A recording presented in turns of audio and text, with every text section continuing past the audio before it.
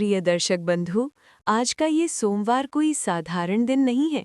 ये वो दिव्य दिवस है जब करुणामयी माता पार्वती और कल्याणकारी भगवान महादेव अपने भक्तों के जीवन से दुखों का विष हरकर उन्हें शांति, धैर्य और शक्ति का वरदान प्रदान करते हैं।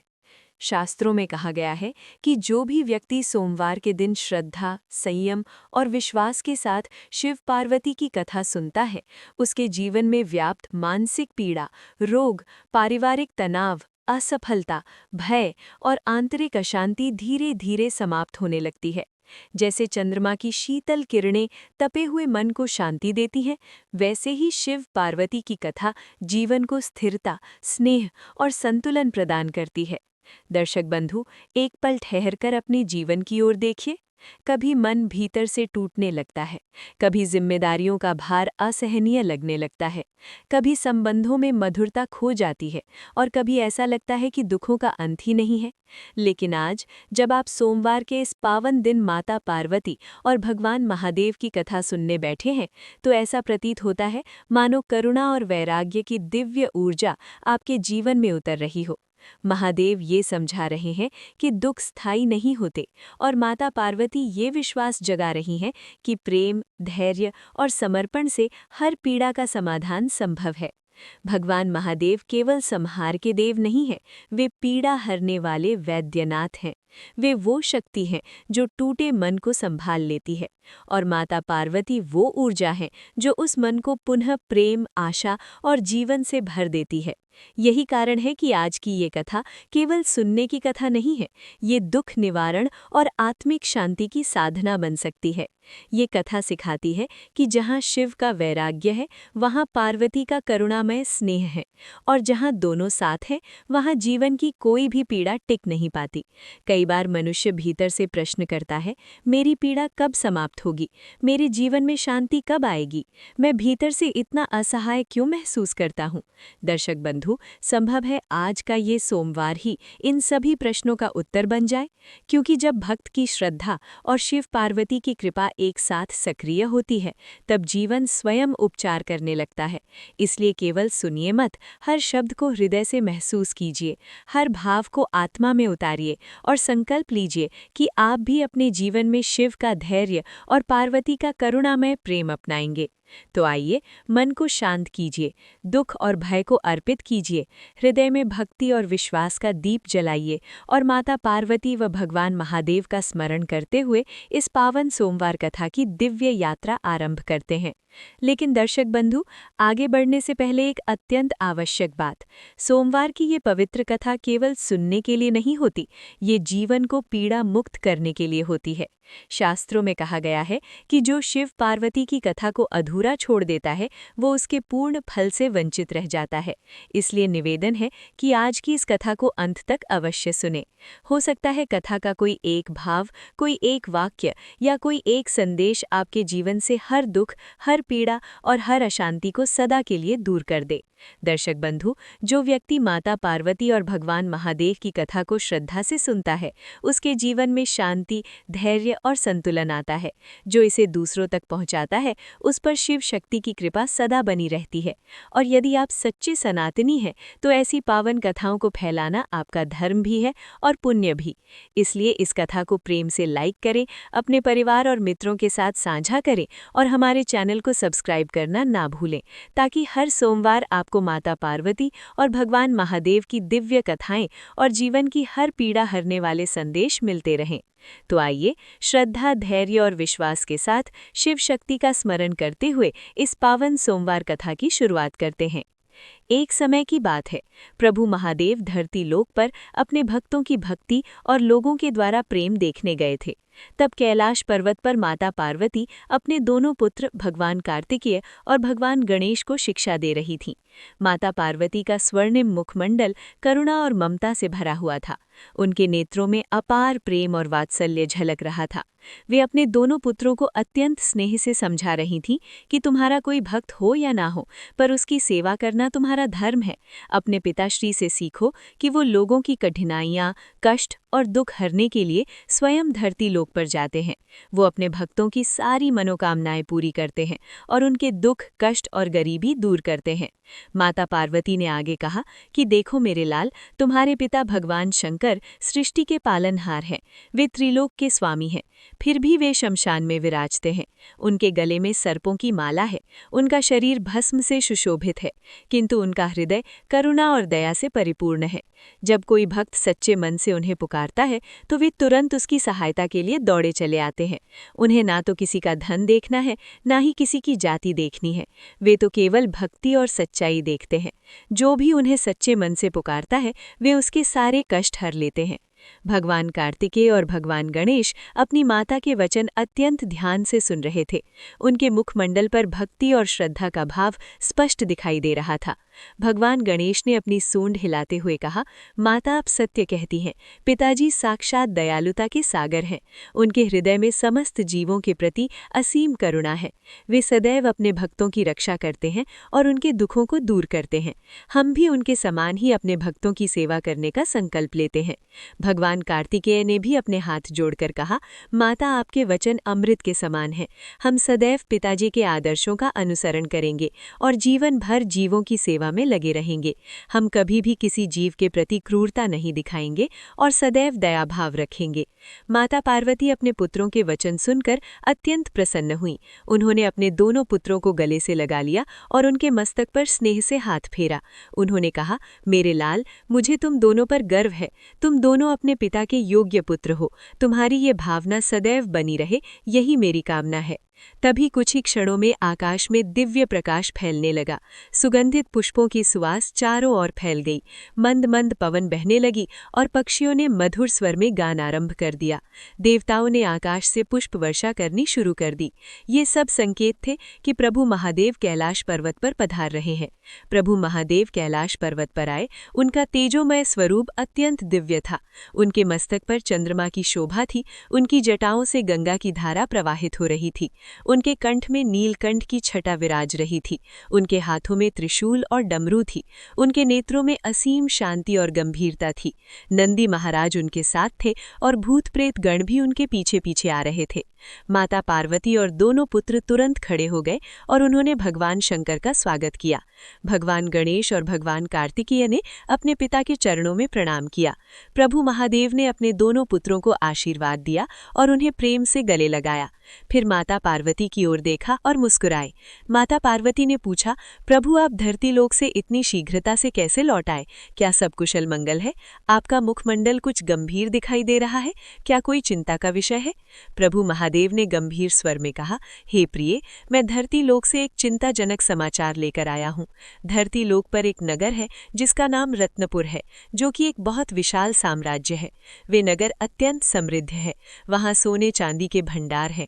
वहाँ के बाजार धन धान्य से भरे हुए हैं। वहाँ की भूमि अत्यंत उपजाऊ है और फसलें लहलहाती रहती हैं। किंतु वहाँ के राजा महाराजा भूपेंद्र अत्यंत क्रूर और निर्दयी हैं। वे अपनी प्रजा को अनेक कष्ट प्रदान कर रहे हैं और अपने महाराज होने का घोर दुरुपयोग कर रहे हैं। प्रभु महादेव ने आगे कहा, मैंने अपनी आंखों से देखा कि महाराजा भूपेंद्र लोगों को छोटी छोटी बात पर दंडित कर रहे हैं। यदि कोई किसान समय पर कर नहीं दे पाता तो उसे कोड़ों से मारा जाता है। यदि कोई व्यापारी राजकोष में पूरा धन नहीं दे पाता तो उसकी दुकान बंद करवा दी जाती है। यदि कोई स्त्री राजमहल के सामने से घूंघट बिना निकल जाती है तो उसे कारागार में डाल दिया जाता है। वहाँ के लोग महाराजा भूपेंद्र से इतना डरते हैं कि वे उनका नाम लेने से भी कांपने लगते हैं। माता पार्वती ने चिंतित होकर पूछा, प्रभु, ये तो अत्यंत दुखद है।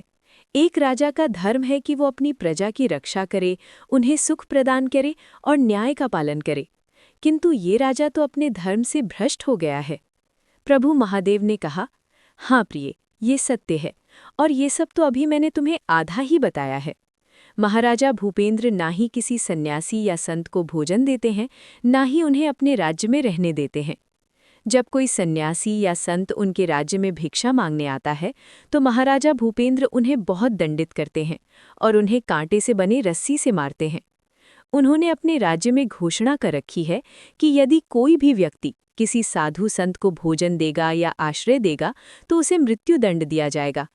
भगवान गणेश ने क्रोधित होकर कहा, पिताजी, ये तो अत्यंत पाप है। साधु संतों की सेवा करना तो सबसे बड़ा पुण्य है। ये राजा कैसे इतना क्रूर हो सकता है? भगवान कार्तिकेय ने भी कहा, पिताजी, क्या हम इस दुष्ट राजा का संहार नहीं कर सकते? ये तो धर्म और न्याय के विरुद्ध है। प्रभु महादेव ने अपने दोनों पुत्रों को शांत करते हुए कहा, धैर्य रखो मेरे लाल, हर समस्या का समाधान हिंसा नहीं है। हमें धर्म के मार्ग पर चलते हुए इस समस्या का समाधान खोजना होगा। और सुनो, मैंने अभी तुम्हें सब कुछ नहीं बताया है। प्रभु महादेव ने आगे कहा, इन सब दुष्टता और अधर्म के बीच भी एक आशा की किरण है। मेरे प्रिय भक्त हैं जो रत्नपुर में ही रहते हैं। वे हैं महाराजा भूपेंद्र की पत्नी महारानी निर्मला और उनके दो पुत्र राजकुमार देवेंद्र और राजकुमार रणवीर। ये तीनों अत्यंत धर्मपरायण और भक्तिभाव से भरे हुए हैं। इन्होंने अपने पिता और पति से छुपकर रानी के कक्ष में मेरी एक बड़ी सी मूर्ति स्थापित की हुई है। माता पार्वती ने प्रसन्न होकर पूछा, सच प्रभु, ये तो बहुत शुभ समाचार है। फिर बताइए वे कैसे आपकी आराधना करते हैं? प्रभु महादेव ने मुस्कुराते हुए कहा, हे प्रिय, ये तीनों हर सोमवार को प्रातःकाल अंधेरे में ही उठ जाते हैं, जब सूर्य भी नहीं निकला होता। तब ये तीनों ठंडे जल से स्नान करते हैं। शीत हो या ग्रीष्म, ये कभी गर्म जल का उपयोग नहीं करते। स्नान करने के पश्चात ये तीनों शुद्ध वस्त्र धारण करते हैं। फिर तांबे के लोटे में गंगा जल भरते हैं और उसमें बेलपत्र और तिल रखते हैं। महारानी निर्मला अपने हाथों से धूप दीप जलाती है और पुष्प चढ़ाती है। प्रभु महादेव ने आगे कहा, फिर तीनों मिलकर मेरी मूर्ति पर दूध का अभिषेक करते हैं। वे दूध इतनी सावधानी से लाते हैं कि किसी को पता न चले। कभी कभी जब महाराजा भूपेंद्र के कारण उन्हें दूध नहीं मिल पाता तो वे अत्यंत दुखी हो जाते हैं। तब वे मेरी मूर्ति के सामने हाथ जोड़कर कहते हैं, हे महादेव, हे भोलेनाथ, हम आपसे क्षमा मांगते हैं। आज हमें दूध नहीं मिल सका, इसलिए हम आपको गंगा जल से ही अभिषेक कर रहे हैं। कृपया हमें क्षमा कर दे और हमारी भक्ति को स्वीकार करें। माता पार्वती की आंखों में आंसू आ गए। उन्होंने कहा, प्रभु, ये कैसी विडंबना है। एक और राजा अधर्म के मार्ग पर चल रहा है और दूसरी ओर उसकी पत्नी और पुत्र इतनी सच्ची भक्ति कर रहे हैं।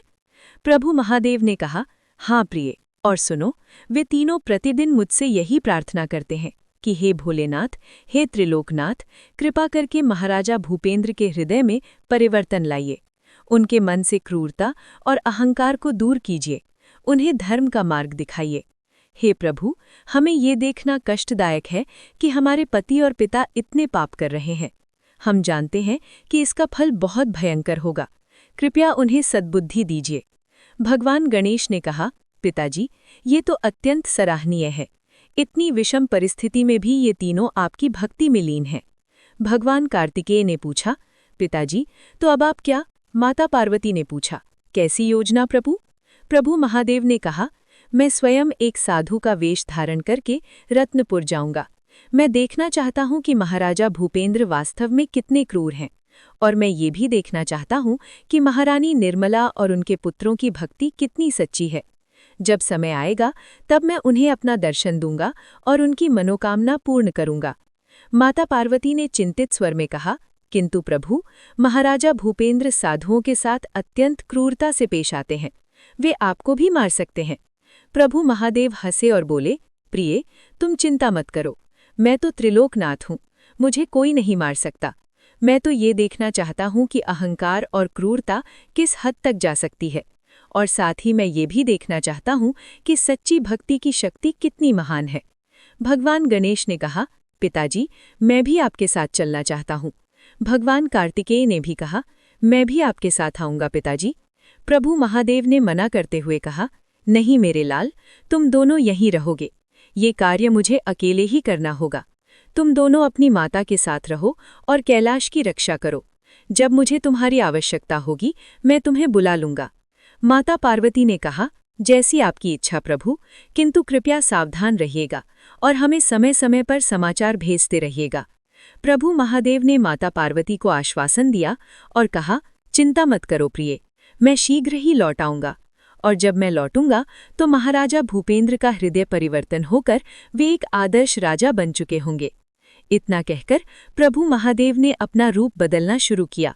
उनकी दिव्य आभा धीरे धीरे मध्यम होने लगी।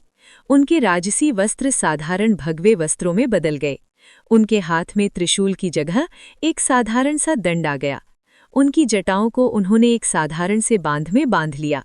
उनके पैरों में लकड़ी की खड़ाऊ आ गई। अब वे एक साधारण से साधु दिख रहे थे, किंतु उनके नेत्रों में वही दिव्य तेज था जो सब कुछ जानता था। माता पार्वती, भगवान गणेश और भगवान कार्तिकेय ने प्रभु महादेव को प्रणाम किया। प्रभु महादेव ने सबको आशीर्वाद दिया और कैलाश से प्रस्थान कर गए। प्रभु महादेव साधु के वेश में धरती लोक की ओर चल पड़े। वे आकाश मार्ग से उड़ते हुए जा रहे थे। उन्होंने नीचे धरती को देखा। हरे भरे जंगल, पहाड़, नदियां और गांव, सब कुछ अत्यंत सुंदर दिख रहा था। सूर्यदेव अपनी स्वर्णिम किरणों से धरती को प्रकाशित कर रहे थे। पक्षी मधुर स्वर में गान कर रहे थे। फूल खिले हुए थे और उनसे मधुर सुगंध आ रही थी। कुछ समय पश्चात प्रभु महादेव रत्नपुर के निकट पहुंचे। उन्होंने दूर से ही रत्नपुर का विशाल नगर देखा। नगर की विशाल दीवारें थीं जिन पर सुरक्षा के लिए सैनिक तैनात थे। नगर के बीचों बीच एक विशाल महल था जिसकी मीनारें आकाश को छू रही थीं। महल की दीवारें संगमरमर की बनी थीं और सूर्य की किरणों में चमक रही थीं। नगर में अनेक बाजार थे जहां व्यापारी अपना सामान बेच रहे थे। प्रभु महादेव ने नगर के बाहर एक वृक्ष के नीचे अवतरण किया। वहां कुछ ग्रामीण बैठे हुए थे जो आपस में बातचीत कर रहे थे। प्रभु महादेव उनके पास गए और बोले, भाइयों, मुझे भूख लगी है, क्या आप मुझे कुछ भोजन दे सकते हैं? ग्रामीणों ने साधु को देखा और भयभीत हो गए।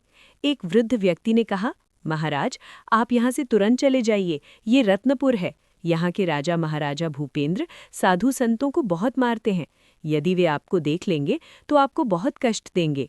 एक अन्य व्यक्ति ने कहा, हाँ महाराज, ये सत्य है, हम आपको भोजन देना चाहते हैं, किंतु यदि किसी ने देख लिया तो हमें मृत्युदंड मिल सकता है। कृपया आप यहाँ से चले जाइए और किसी अन्य नगर में भिक्षा मांगिए। प्रभु महादेव ने कहा, किंतु मैं तो बहुत थक गया हूँ, मैं बहुत दूर से चलकर आया हूँ, मुझे बहुत भूख लगी है, क्या आप मुझे थोड़ा सा जल ही दे सकते हैं? वृद्ध व्यक्ति ने चारों ओर देखा और फिर चुपके से अपनी झोली से एक मिट्टी का घड़ा निकाला। उसमें जल था। उसने प्रभु महादेव को वो घड़ा दिया और कहा, महाराज, ये जल लीजिए, किंतु कृपया जल्दी से पी लीजिए और यहाँ से चले जाइए।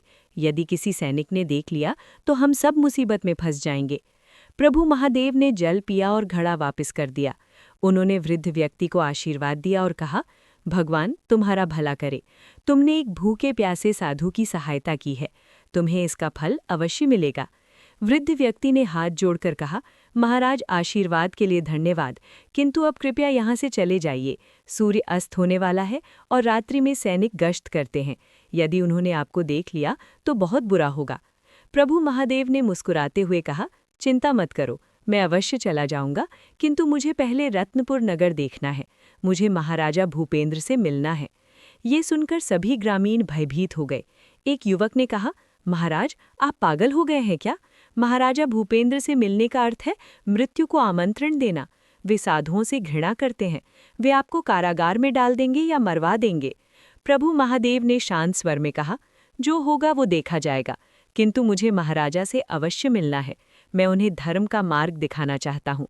वृद्ध व्यक्ति ने आहें भरते हुए कहा, महाराज, आप नहीं मानेंगे तो मत मानिए, किंतु हम आपको चेतावनी दे चुके हैं, भगवान आपकी रक्षा करें।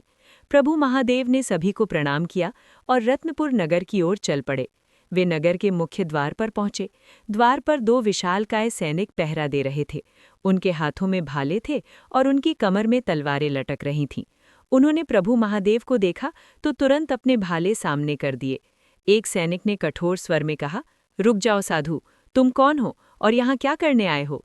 क्या तुम्हें नहीं मालूम कि इस नगर में साधु संतों का प्रवेश वर्जित है?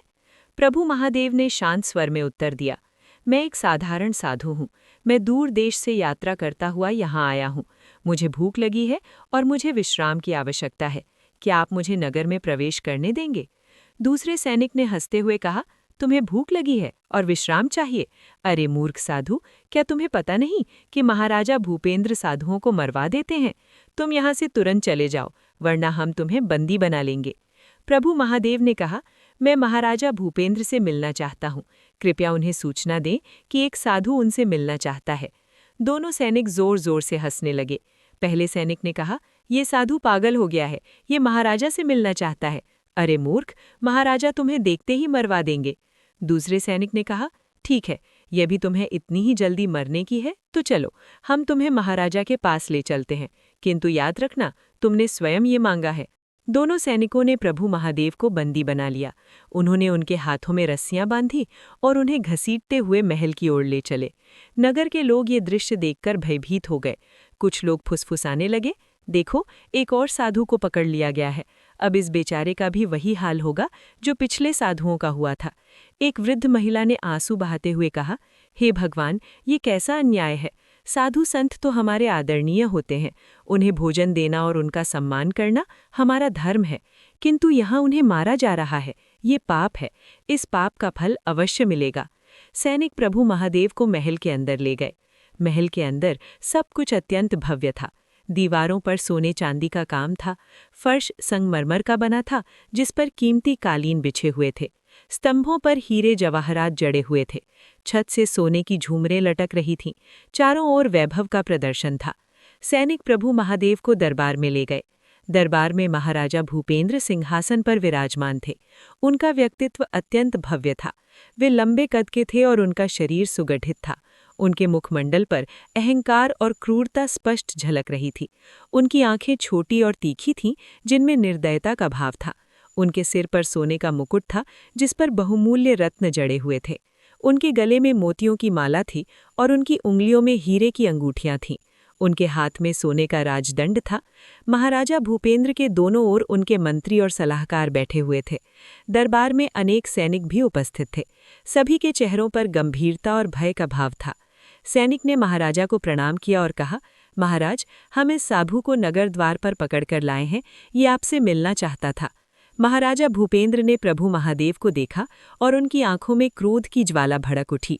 उन्होंने गरजते हुए कहा, कौन है ये मूर्ख? क्या इसे नहीं मालूम कि मेरे राज्य में साधुओं का प्रवेश वर्जित है? इसे किसने आने दिया? सैनिक ने भयभीत होकर कहा, महाराज, ये साधु स्वयं नगर द्वार पर आया और आपसे मिलने की जिद करने लगा। हमने इसे मना किया किंतु ये नहीं माना, इसलिए हम इसे बंदी बनाकर आपके सामने लेकर आए हैं। महाराजा भूपेंद्र ने अपना राजदंड जमीन पर पटका और चिल्लाकर कहा, तुम साधु, तुम्हारी इतनी हिम्मत कैसे हुई मेरे राज्य में आने की? क्या तुम्हें पता नहीं कि मैं साधुओं से घृणा करता हूँ? तुम सब ढोंगी हो।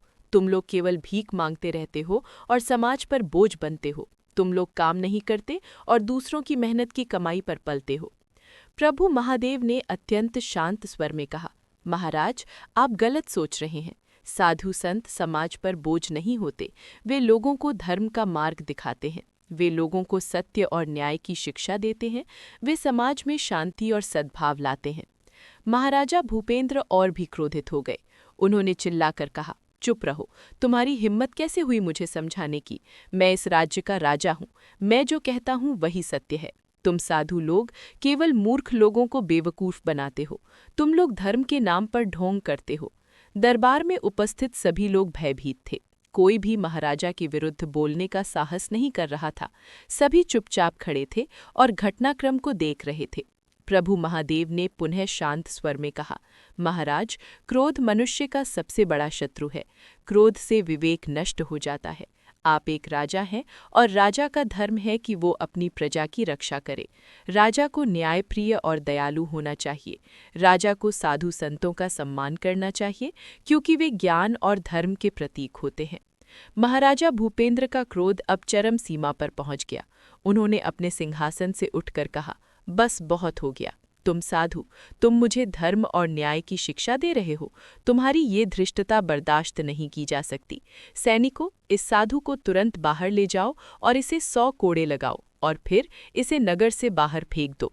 यदि ये दोबारा मेरे राज्य में दिखाई दिया तो इसे मृत्युदंड दिया जाएगा। सैनिकों ने तुरंत प्रभु महादेव को पकड़ लिया। उन्होंने उन्हें दरबार से बाहर खींच लिया। दरबार के बाहर एक खंभा था। सैनिकों ने प्रभु महादेव को उस खंभे से बांध दिया। फिर उन्होंने कांटों से बनी एक रस्सी निकाली। वो रस्सी अत्यंत कठोर थी और उसमें तीखे कांटे लगे हुए थे। एक सैनिक ने कहा, साधु, अब तुम्हें अपनी गलती का एहसास होगा। तुम्हें महाराजा से उलझना नहीं चाहिए था। वो सैनिक कोड़ा मारने के लिए तैयार हुआ, किंतु तभी महल के अंदर से एक मधुर आवाज आई, रुक जाओ। ये आवाज़ महारानी निर्मला की थी। महारानी निर्मला तीव्र गति से बाहर आईं। उनके साथ राजकुमार देवेंद्र और राजकुमार रणवीर भी थे। महारानी निर्मला का व्यक्तित्व अत्यंत कोमल और सुंदर था। उनका मुखमंडल चंद्रमा के समान था। उनकी आंखों में करुणा और दया का भाव था। उनके माथे पर चंदन का तिलक था। वे सफ़ेद रेशमी साड़ी पहने हुई थीं। उनके गले में तुलसी की माला थी। राजकुमार देवेंद्र और राजकुमार रणवीर दोनों युवा थे। दोनों सुंदर और सुशील थे। उनके चेहरों पर धर्म और सद्गुण का भाव था। दोनों ने सरल वस्त्र पहने हुए थे। महारानी निर्मला ने सैनिकों से कहा, तुम ये क्या कर रहे हो? ये साधु महाराज हैं, इन्हें कोड़े मारना महापाप है। सैनिक ने कहा, महारानी, ये राजकाज का मामला है, हम उनकी आज्ञा का पालन कर रहे हैं। महारानी निर्मला ने कहा, मैं महाराजा से बात करूंगी, तुम अभी इस साधु को मत मारो। ये कहकर महारानी निर्मला दरबार में गई। महाराजा भूपेंद्र अभी भी क्रोध में थे। महारानी निर्मला ने उन्हें प्रणाम किया और कहा, महाराज, मैंने सुना कि आपने एक साधु को कोड़े मारने का आदेश दिया है। कृपया इस आदेश को वापस ले लीजिए। साधुओं को मारना पाप है। महाराजा भूपेंद्र ने क्रोधित होकर कहा, महारानी, ये राजकाज का मामला है, आप इसमें हस्तक्षेप मत कीजिए। वो साधु मुझे धर्म और न्याय की शिक्षा दे रहा था, उसकी इस धृष्टता का दंड अवश्य मिलना चाहिए। महारानी निर्मला ने धैर्य से कहा, महाराज, साधु संत ज्ञानी होते हैं, वे हमें सही मार्ग दिखाते हैं। यदि वो साधु आपको धर्म की बात कर रहा था तो शायद उसमें कुछ सत्यता होगी। कृपया उसे क्षमा कर दीजिए। महाराजा भूपेंद्र ने गुस्से में कहा, महारानी, मैं आपको अंतिम बार चेतावनी दे रहा हूँ, इस मामले में हस्तक्षेप मत कीजिए। मेरा आदेश अंतिम है। उस साधु को 100 कोड़े लगाए जाएंगे।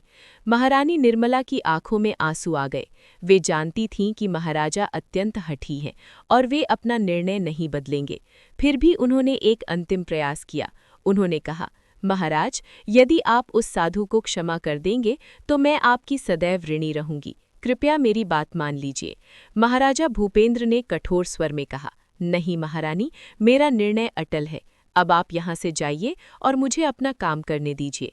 महारानी निर्मला निराश होकर दरबार से बाहर आईं। राजकुमार देवेंद्र और राजकुमार रणवीर उनके साथ थे। तीनों ने प्रभु महादेव को देखा जो खंभे से बंधे हुए थे। महारानी निर्मला ने साधु के चरणों में प्रणाम किया और कहा, महाराज, मैंने महाराजा को समझाने का प्रयास किया किंतु वे नहीं माने। मुझे बहुत खेद है। प्रभु महादेव ने मुस्कुराते हुए कहा, चिंता मत कीजिए देवी, जो होना है वो होगा। आप निर्दोष हैं, आपका हृदय पवित्र है और आपकी भक्ति सच्ची है। भगवान आपको सदैव सुखी रखेंगे। महारानी निर्मला को साधु के वचनों में कुछ दिव्यता महसूस हुई। उन्हें लगा कि ये कोई साधारण साधु नहीं है, किंतु उनके पास अब कुछ करने का समय नहीं था। सैनिक ने कोड़ा उठाया और प्रभु महादेव पर पहला प्रहार किया। कांटों से बनी रस्सी उनकी पीठ पर लगी, किंतु प्रभु महादेव ने कोई आवाज नहीं निकाली। उनके चेहरे पर कोई पीड़ा का भाव नहीं था। वे शांत और स्थिर खड़े रहे। सैनिक ने दूसरा कोड़ा मारा, फिर तीसरा, चौथा और पांचवा, किंतु प्रभु महादेव अभी भी शांत थे। उनके मुख पर वही मुस्कान थी। महारानी निर्मला और दोनों राजकुमार ये दृश्य नहीं देख सके। उन्होंने अपने कक्ष में जाकर भगवान महादेव की मूर्ति के सामने प्रार्थना करनी शुरू कर दी। महारानी निर्मला ने कहा, हे महादेव, हे भोलेनाथ, कृपया उस साधु की रक्षा कीजिए। वो निर्दोष है, उसने कोई अपराध नहीं किया। कृपया महाराजा के हृदय को पिघला दीजिए, उन्हें सद्बुद्धि दीजिए। राजकुमार देवेंद्र और राजकुमार रणवीर भी रो रहे थे। राजकुमार देवेंद्र ने कहा, हे प्रभु, हमारे पिता अत्यंत क्रूर हो गए हैं। वे एक निर्दोष साधु को मरवा रहे हैं। ये अत्यंत पाप है, कृपया उन्हें रोकिए। राजकुमार रणवीर ने कहा, हे भोलेनाथ, हम आपकी शरण में हैं। कृपया हमारी प्रार्थना सुनिए और उस साधु की रक्षा कीजिए। उधर सैनिक लगातार कोड़े मार रहे थे। 10, 20, 30, 40, 50 कोड़े मार दिए गए, किंतु प्रभु महादेव अभी भी शांत खड़े थे। उनके शरीर पर कोई घाव नहीं था, उनकी पीठ पर कोई निशान नहीं था। ये देखकर सैनिक भी आश्चर्यचकित हो गए। एक सैनिक ने दूसरे से कहा, ये क्या चमत्कार है? मैंने इतने जोर से कोड़े मारे हैं, किंतु इस साधु के शरीर पर कोई निशान नहीं है। ये कैसे संभव है? दूसरे सैनिक ने कहा, मुझे नहीं पता, किंतु ये निश्चित है कि ये कोई साधारण साधु नहीं है, इसमें कोई दिव्य शक्ति है। दरबार में ये समाचार पहुंचा तो महाराजा भूपेंद्र स्वयं बाहर आए। उन्होंने देखा कि साधु अभी भी शांत खड़ा है और उसके शरीर पर कोई घाव नहीं है। ये देखकर महाराजा को भी आश्चर्य हुआ, किंतु उनका अहंकार इतना प्रबल था कि उन्होंने इस चमत्कार को भी नहीं माना। महाराजा भूपेंद्र ने कहा, ये साधु कोई जादू टोना कर रहा है, इसे और कठोर दंड दो, इसे कारागार में डाल दो और 3 दिन तक इसे भोजन और जल मत दो, देखते हैं ये कब तक अपना जादू चलाता है। सैनिकों ने प्रभु महादेव को खंभे से खोला और उन्हें कारागार में ले गए। कारागार एक अंधेरी और गंदी जगह थी। वहां चारों ओर दुर्गंध फैली हुई थी, दीवारों पर काई जमी हुई थी, फर्श पर गंदगी बिछी हुई थी। सैनिकों ने प्रभु महादेव को एक छोटी सी कोठरी में बंद कर दिया। कोठरी में अंधेरा था, केवल एक छोटी सी खिड़की थी जिसमें से थोड़ा सा प्रकाश आ रहा था। प्रभु महादेव कोठरी में बैठ गए, उन्होंने आंखें बंद कर ली और ध्यान में लीन हो गए। वे जानते थे कि ये सब एक परीक्षा है। वे जानते थे कि महाराजा भूपेंद्र का अहंकार अत्यंत प्रबल है और उसे तोड़ने के लिए कुछ असाधारण करना होगा। उधर महल में महारानी निर्मला और दोनों राजकुमार अत्यंत चिंतित थे। उन्होंने सुना कि साधु को कारागार में डाल दिया गया है। महारानी निर्मला ने सोचा कि वे किसी तरह उस साधु को भोजन और जल पहुंचा सकें। रात्रि हो गई। जब सब सो गए तो महारानी निर्मला चुपके से रसोई में गईं। उन्होंने एक थाली में भोजन रखा और एक लोटे में जल भरा। फिर वे चुपचाप कारागार की ओर चल पड़ी। राजकुमार देवेंद्र और राजकुमार रणवीर भी उनके साथ थे। कारागार के द्वार पर 2 सैनिक पहरा दे रहे थे। महारानी निर्मला ने उनसे कहा, मैं उस साधु को भोजन देना चाहती हूँ, कृपया मुझे अंदर जाने दो। सैनिकों ने कहा, महारानी ये संभव नहीं है, महाराजा ने आदेश दिया है कि साधु को 3 दिन तक भोजन और जल नहीं दिया जाएगा। महारानी निर्मला ने कहा, मैं महारानी हूँ और मैं आदेश देती हूँ कि मुझे अंदर जाने दो। यदि तुम नहीं मानोगे तो मैं महाराजा से तुम्हारी शिकायत करूंगी। सैनिक डर गए। उन्होंने सोचा कि महारानी का क्रोध भी कम भयंकर नहीं है। उन्होंने दरवाज़ा खोल दिया और महारानी को अंदर जाने दिया। महारानी निर्मला और दोनों राजकुमार कोठरी में गए। वहां अंधेरा था। महारानी ने एक दीपक जलाया। दीपक की रोशनी में उन्होंने देखा कि साधु शांति से बैठे हुए हैं। उनके चेहरे पर एक दिव्य तेज था। महारानी निर्मला ने साधु के चरणों में प्रणाम किया और कहा, महाराज, मैं आपके लिए भोजन और जल लाई हूँ, कृपया इसे स्वीकार कीजिए। प्रभु महादेव ने आंखें खोली और उन्होंने महारानी निर्मला और दोनों राजकुमारों को देखा। उनके नेत्रों में असीम करुणा थी। उन्होंने कहा, देवी, आप अत्यंत दयालु हैं। आपने एक अजनबी साधु के लिए इतना कष्ट उठाया। भगवान आपको सदैव सुखी रखे। महारानी निर्मला ने कहा, महाराज, ये मेरा धर्म है। साधुओं की सेवा करना हमारा कर्तव्य है। कृपया भोजन ग्रहण कीजिए। प्रभु महादेव ने भोजन की थाली देखी। उसमें सादा भोजन था, कुछ रोटियां, दाल और सब्जी थी। प्रभु महादेव ने मुस्कुराते हुए कहा, देवी, ये भोजन अत्यंत स्वादिष्ट लग रहा है, किंतु मैं इसे अभी नहीं खाऊंगा। महारानी निर्मला ने आश्चर्य से पूछा, क्यों महाराज, क्या आपको भूख नहीं लगी है?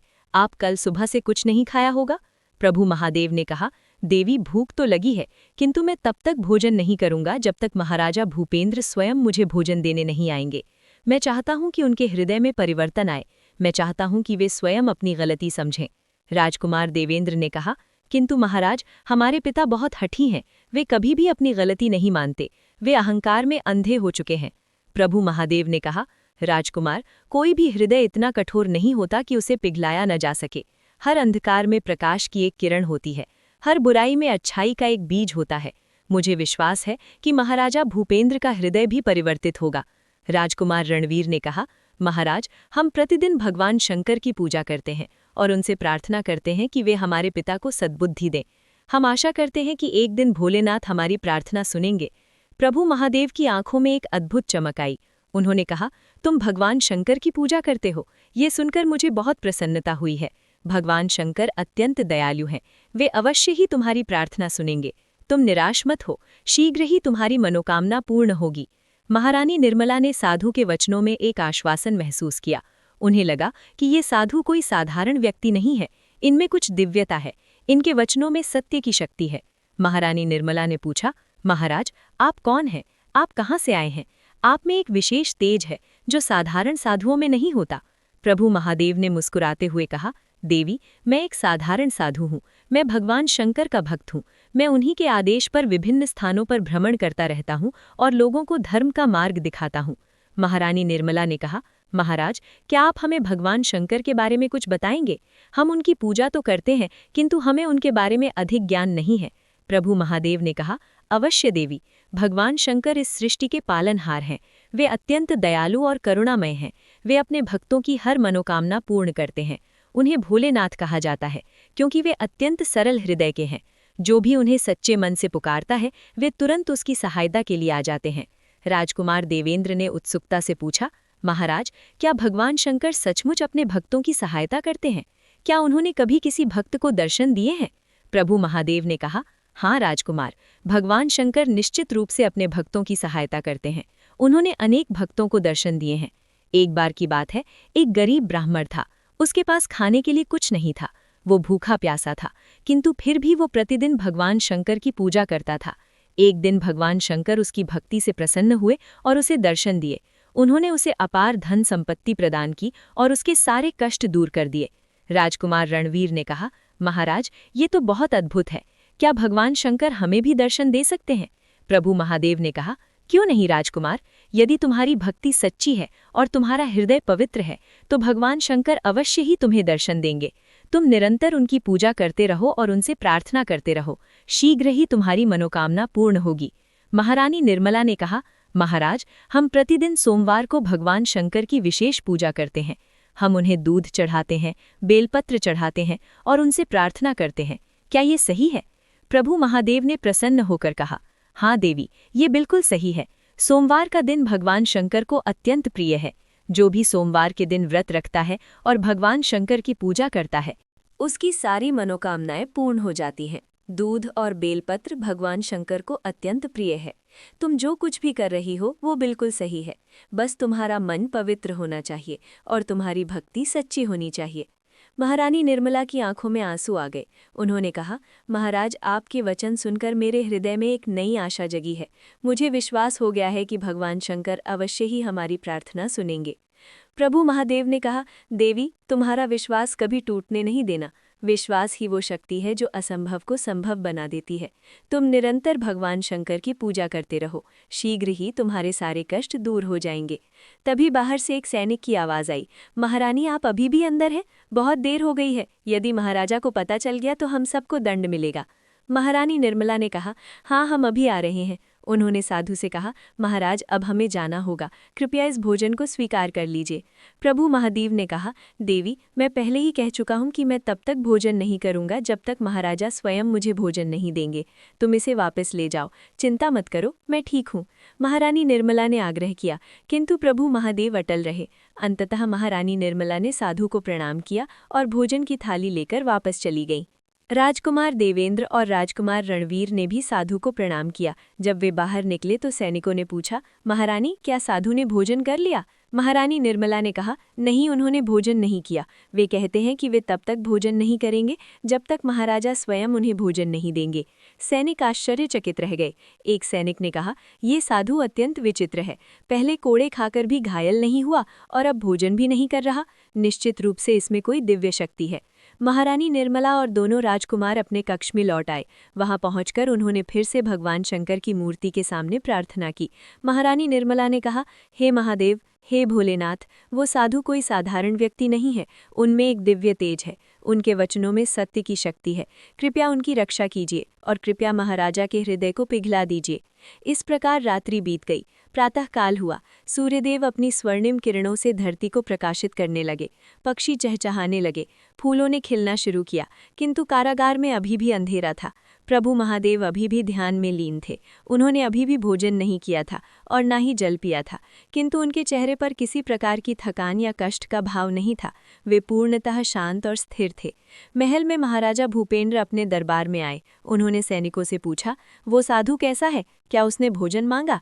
क्या वो रो रहा है और क्षमा मांग रहा है? सैनिक ने उत्तर दिया, महाराज, वो साधु अत्यंत विचित्र है। उसने ना तो भोजन मांगा और ना ही क्षमा मांगी। वो तो शांति से बैठा हुआ है, मानो उसे किसी बात की चिंता ही नहीं है। महाराजा भूपेंद्र को ये सुनकर क्रोध आया। उन्होंने कहा, ये कैसे संभव है? 3 दिन तक बिना भोजन और जल के कोई भी व्यक्ति कष्ट में होगा। ये साधु जरूर कोई जादू कर रहा है।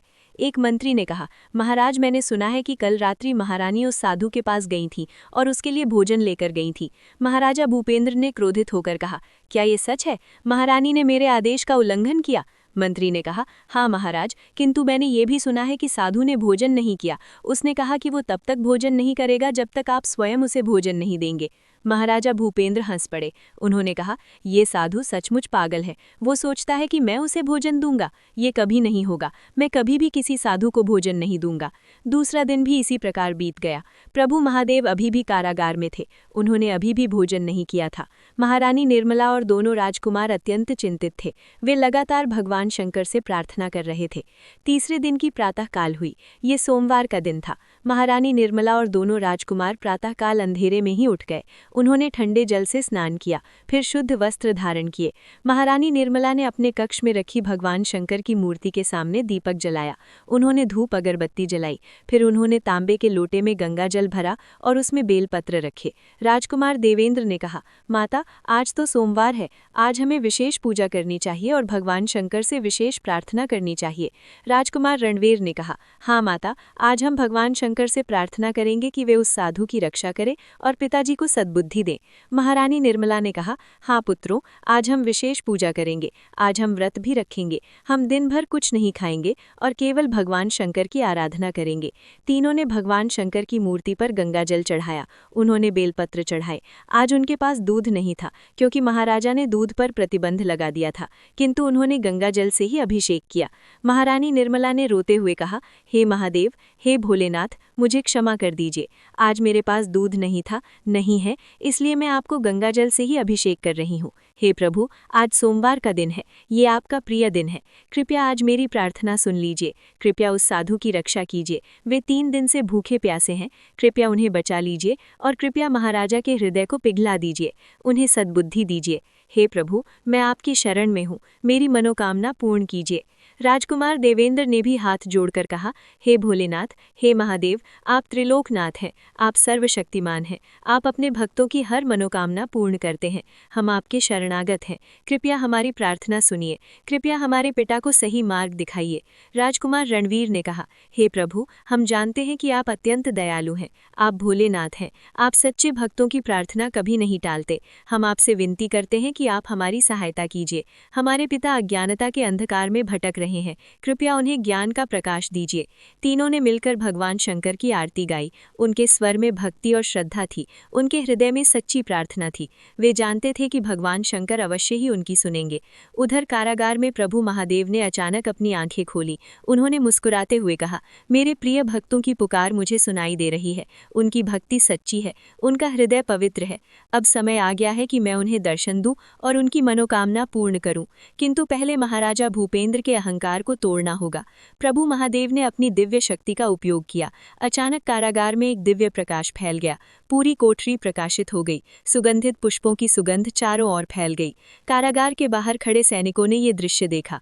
वे आश्चर्यचकित रह गए। एक सैनिक ने कहा, ये क्या हो रहा है? ये प्रकाश कहाँ से आ रहा है और ये सुगंध कहाँ से आ रही है? दूसरे सैनिक ने कहा, मुझे नहीं पता, किंतु मुझे लग रहा है कि वो साधु कोई साधारण व्यक्ति नहीं है। उसमें निश्चित रूप से कोई दिव्य शक्ति है। सैनिकों ने तुरंत महाराजा भूपेंद्र को सूचना भेजी।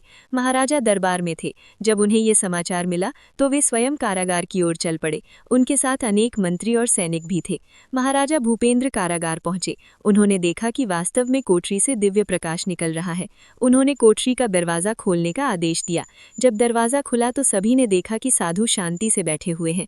उनके चारों ओर दिव्य प्रकाश फैला हुआ है। उनके मुखमंडल पर एक अद्भुत तेज है। उनकी आंखें बंद हैं और वे ध्यान में लीन प्रतीत हो रहे हैं। महाराजा भूपेंद्र ने कठोर स्वर में कहा, साधु, तुम ये क्या जादू कर रहे हो? ये प्रकाश कहाँ से आ रहा है? प्रभु महादेव ने धीरे से आंखें खोली। उन्होंने महाराजा भूपेंद्र की ओर देखा। उनकी दृष्टि में असीम शांति और करुणा थी। उन्होंने कहा, महाराज, ये कोई जादू नहीं है। ये भगवान की कृपा है। भगवान शंकर अपने भक्तों की प्रार्थना सुन रहे हैं। महाराजा भूपेंद्र हंसते हुए कहा, कौन भगवान शंकर? मैं किसी भगवान में विश्वास नहीं करता। मैं केवल अपनी शक्ति में विश्वास करता हूँ। प्रभु महादेव ने शांत स्वर में कहा, महाराज, यही तो तुम्हारी सबसे बड़ी गलती है। तुम अपने अहंकार में इतने अंधे हो गए हो कि तुम्हें सत्य दिखाई नहीं दे रहा। तुम सोचते हो कि तुम सर्वशक्तिमान हो, किंतु तुम भूल रहे हो कि इस संसार में एक ऐसी शक्ति है जो तुमसे कहीं अधिक महान है। महाराजा भूपेंद्र को ये सुनकर अत्यंत क्रोध आया। उन्होंने चिल्लाकर कहा, तुम्हारी हिम्मत कैसे हुई मुझसे ऐसे बात करने की? मैं तुम्हें अभी मरवा सकता हूँ। प्रभु महादेव ने मुस्कुराते हुए कहा, महाराज, तुम मुझे नहीं मार सकते, क्योंकि मैं अमर हूँ। मैं वो हूँ जो सृष्टि के आरंभ से है और सृष्टि के अंत तक रहूँगा। महाराजा भूपेंद्र ने अपनी तलवार निकाली और कहा, हम देखते हैं कि तुम कितने अमर हो। उन्होंने तलवार उठाई और प्रभु महादेव पर प्रहार करने के लिए आगे बढ़े, किंतु तभी एक अद्भुत घटना घटी। जैसे ही महाराजा भूपेंद्र ने तलवार प्रभु महादेव पर चलाई, वैसे ही तलवार उनके हाथ से छूटकर गिर गई। महाराजा के हाथ में अचानक तीव्र पीड़ा हुई, उनका हाथ शून्य हो गया। महाराजा भूपेंद्र भयभीत हो गए। उन्होंने अपने हाथ को देखा, हाथ बिल्कुल सामान्य दिख रहा था, किंतु वे उसे हिला नहीं पा रहे थे। प्रभु महादेव ने कहा, महाराज, ये भगवान शंकर का संकेत है, वे तुम्हें चेतावनी दे रहे हैं। यदि तुम अभी भी नहीं सुधरे तो तुम्हारा विनाश निश्चित है। महाराजा भूपेंद्र घबरा गए। उन्होंने कहा, ये क्या हो रहा है? मेरा हाथ क्यों नहीं हिल रहा? तुमने क्या किया? प्रभु महादेव ने कहा, मैंने कुछ नहीं किया महाराज, ये सब भगवान शंकर की लीला है। वे तुम्हें सही मार्ग दिखाना चाहते हैं। वे चाहते हैं कि तुम अपने अहंकार को त्यागो और धर्म के मार्ग पर चलो। महाराजा भूपेंद्र के मंत्री और सैनिक ये सब देखकर भयभीत हो गए। उन्होंने कभी ऐसा चमत्कार नहीं देखा था। एक मंत्री ने कहा, महाराज, ये साधु कोई साधारण व्यक्ति नहीं है, इसमें दिव्य शक्ति है, हमें इनका अपमान नहीं करना चाहिए। किंतु महाराजा भूपेंद्र का अहंकार अभी भी टूटा नहीं था। उन्होंने क्रोधित होकर कहा, चुप रहो, ये सब जादू टोना है, मैं इस साधु को अभी कारागार में ही सड़ने के लिए छोड़ दूंगा। ये कहकर महाराजा भूपेंद्र वहां से चले गए। उनका हाथ अभी भी शून्य था। महल में पहुंचकर महाराजा ने अपने वैद्यों को बुलाया। वैद्यों ने उनके हाथ की जांच की, किंतु किसी को कुछ समझ नहीं आया। हाथ बिल्कुल सामान्य था, किंतु महाराजा उसे हिला नहीं पा रहे थे। एक वृद्ध वैद्य ने कहा, महाराज, मुझे लगता है कि ये कोई शारीरिक समस्या नहीं है, ये किसी दिव्य शक्ति का प्रभाव है। आपको उस साधु से क्षमा मांगनी चाहिए। महाराजा भूपेंद्र ने गुस्से में कहा, मैं किसी से क्षमा नहीं मांगूंगा, मैं राजा हूँ, राजा क्षमा नहीं मांगता। उधर महारानी निर्मला को जब ये समाचार मिला कि महाराजा का हाथ शून्य हो गया है, तो वे अत्यंत चिंतित हो गईं। वे तुरंत महाराजा के पास गईं। उन्होंने कहा, महाराज, ये सब उस साधु का अपमान करने का परिणाम है। वे कोई साधारण साधु नहीं है, कृपया उनसे क्षमा मांग लीजिए और उन्हें मुक्त कर दीजिए। महाराजा भूपेंद्र ने कहा, महारानी, आप भी उसी साधु की बात कर रही हैं। मैं उससे क्षमा नहीं मांगूंगा, मैं देखता हूँ कि ये जादू कब तक चलता है। महारानी निर्मला ने कहा, महाराज, ये जादू नहीं है, ये भगवान शंकर का प्रकोप है। आपने एक निर्दोष साधु को कष्ट दिया है, आपने उन्हें 3 दिन तक भूखा प्यासा रखा है, ये महापाप है। कृपया अपनी गलती मानिए और उनसे क्षमा मांगिए। किंतु महाराजा भूपेंद्र नहीं माने। उनका अहंकार इतना प्रबल था कि वे अपनी गलती मानने को तैयार नहीं थे। रात्रि हो गई। महाराजा भूपेंद्र अपने शयन कक्ष में सोने गए, किंतु उन्हें नींद नहीं आई। उनका हाथ अभी भी शून्य था। उन्हें बहुत कष्ट हो रहा था। वे करवटें बदलते रहे, किंतु नींद नहीं आई। अचानक आधी रात को महाराजा को एक भयानक स्वप्न आया। उन्होंने देखा कि वे एक विशाल शमशान में खड़े हैं। चारों ओर अंधकार है। दूर से एक भयानक आवाज आ रही है। फिर उन्होंने देखा कि भगवान शंकर का विशाल रूप प्रकट हो रहा है। भगवान शंकर का तीसरा नेत्र खुल रहा है, उसमें से अग्नि की लपटें निकल रही हैं। भगवान शंकर ने गरजते हुए कहा, महाराजा भूपेंद्र, तुमने मेरे भक्तों को कष्ट दिया है, तुमने साधुओं का अपमान किया है, तुमने अपनी प्रजा पर अत्याचार किए हैं, तुम्हारी पाप की सीमा पार हो गई है, अब तुम्हें दंड मिलना चाहिए। महाराजा भूपेंद्र भयभीत होकर चिल्लाए, नहीं नहीं, कृपया मुझे क्षमा कर दीजिए, मैं अपनी गलती मानता हूँ, कृपया मुझे दंड मत दीजिए। किंतु भगवान शंकर ने कहा, तुमने अपने अहंकार में इतने पाप किए हैं कि अब क्षमा का समय बीत चुका है, तुम्हें अपने कर्मों का फल भोगना होगा। ये कहकर भगवान शंकर ने अपना त्रिशूल उठाया और महाराजा की ओर फेंका। महाराजा भूपेंद्र चीख कर उठ गए। वे पसीने से लथपथ थे, उनका पूरा शरीर कांप रहा था, उनका हृदय तेज गति से धड़क रहा था। महाराजा भूपेंद्र को समझ आ गया कि ये कोई साधारण स्वप्न नहीं था, ये भगवान शंकर का संदेश था। उन्हें एहसास हुआ कि वे कितनी बड़ी गलती कर रहे थे। उनका अहंकार अब टूटने लगा था। महाराजा भूपेंद्र ने तुरंत महारानी निर्मला को बुलाया। महारानी आई तो उन्होंने देखा कि महाराजा अत्यंत भयभीत दिख रहे हैं। महाराजा ने कहा, महारानी, मुझे भगवान शंकर का स्वप्न आया है, उन्होंने मुझे चेतावनी दी है, मुझे अब समझ आ गया है कि मैं गलत था, वो साधु कोई साधारण व्यक्ति नहीं है। महारानी निर्मला ने कहा, महाराज, मैं पहले से ही ये कह रही थी, अब भी देर नहीं हुई है, कृपया उस साधु के पास चलिए और उनसे क्षमा मांगिए। महाराजा भूपेंद्र ने सिर हिलाया। उन्होंने कहा, हाँ महारानी, आप सही कह रही हैं, मुझे अपनी गलती सुधारनी होगी, चलिए हम अभी उस साधु के पास चलते हैं। महारानी निर्मला ने कहा, किंतु महाराज, अभी आधी रात है, सुबह तक प्रतीक्षा कीजिए। महाराजा भूपेंद्र ने कहा, नहीं महारानी, मैं एक क्षण भी और प्रतीक्षा नहीं कर सकता, मुझे अभी उस साधु से मिलना है, उन्होंने 3 दिन से कुछ नहीं खाया है। मैं उनके लिए स्वयं भोजन बनाऊंगा और उन्हें परोसूंगा। महारानी निर्मला अत्यंत प्रसन्न हुई। उन्हें विश्वास नहीं हो रहा था कि महाराजा के हृदय में इतना बड़ा परिवर्तन आ गया है। उन्होंने मन ही मन भगवान शंकर को धन्यवाद दिया। महाराजा भूपेंद्र और महारानी निर्मला रसोई में गए। महाराजा ने स्वयं अपने हाथों से भोजन बनाना शुरू किया। यद्यपि उनका एक हाथ अभी भी शून्य था, किंतु उन्होंने दूसरे हाथ से काम किया। उन्होंने रोटियां बनाई, दाल बनाई और सब्जी बनाई। महारानी निर्मला ने उनकी सहायता की। जब भोजन तैयार हो गया तो महाराजा ने उसे एक सुंदर थाली में सजाया। उन्होंने दूध का एक लोटा भी साथ रखा। फिर भी स्वयं वो थाली लेकर कारागार की ओर चल पड़े। महारानी निर्मला और दोनों राजकुमार भी उनके साथ थे। जब भी कारागार पहुंचे तो सैनिक उन्हें देखकर आश्चर्यचकित रह गए। उन्होंने कभी सोचा भी नहीं था कि महाराजा स्वयं कारागार में आएंगे, वो भी आधी रात को। महाराजा ने कहा, दरवाजा खोलो, मुझे उस साधु से मिलना है। सैनिकों ने तुरंत दरवाजा खोल दिया। महाराजा भूपेंद्र थाली लेकर अंदर गए। कोठरी में प्रभु महादेव शांति से बैठे हुए थे। उन्होंने आंखें खोली और महाराजा को देखा। महाराजा भूपेंद्र ने साधु के चरणों में वो थाली रख दी। फिर उन्होंने साधु के चरणों में सिर झुकाया और कहा, महाराज मुझे क्षमा कर दीजिए, मैंने आपके साथ अत्यंत बुरा व्यवहार किया। मैंने आपको कोड़े लगवाए, मैंने आपको 3 दिन तक भूखा प्यासा रखा। मैं अपने अहंकार में अंधा हो गया था। मुझे अपनी गलती का एहसास हो गया है, कृपया मुझे क्षमा कर दीजिए। महाराजा की आंखों में आंसू थे। उनका स्वर कांप रहा था। उनके हृदय में सच्चा पश्चाताप था। प्रभु महादेव ने मुस्कुराते हुए कहा, महाराज उठिए, आपने अपनी गलती स्वीकार कर ली है। ये बहुत बड़ी बात है। अहंकारी व्यक्ति कभी अपनी गलती नहीं मानता, किंतु आपने अपने अहंकार को त्याग दिया है। ये आपकी महानता है। महाराजा भूपेंद्र ने कहा, महाराज कृपया ये भोजन स्वीकार कीजिए। मैंने स्वयं अपने हाथों से ये बनाया है। आप 3 दिन से भूखे हैं, कृपया भोजन कीजिए। प्रभु महादेव ने कहा, महाराज मैं प्रतीक्षा कर रहा था कि आप स्वयं मुझे भोजन देने आएंगे। अब जब आप आ गए हैं तो मैं अवश्य भोजन करूंगा। प्रभु महादेव ने भोजन की थाली उठाई। उन्होंने एक ग्रास लिया। जैसे ही उन्होंने भोजन किया वैसे ही कोठरी में फिर से दिव्य प्रकाश फैल गया। सुगंधित पुष्पों की वर्षा होने लगी।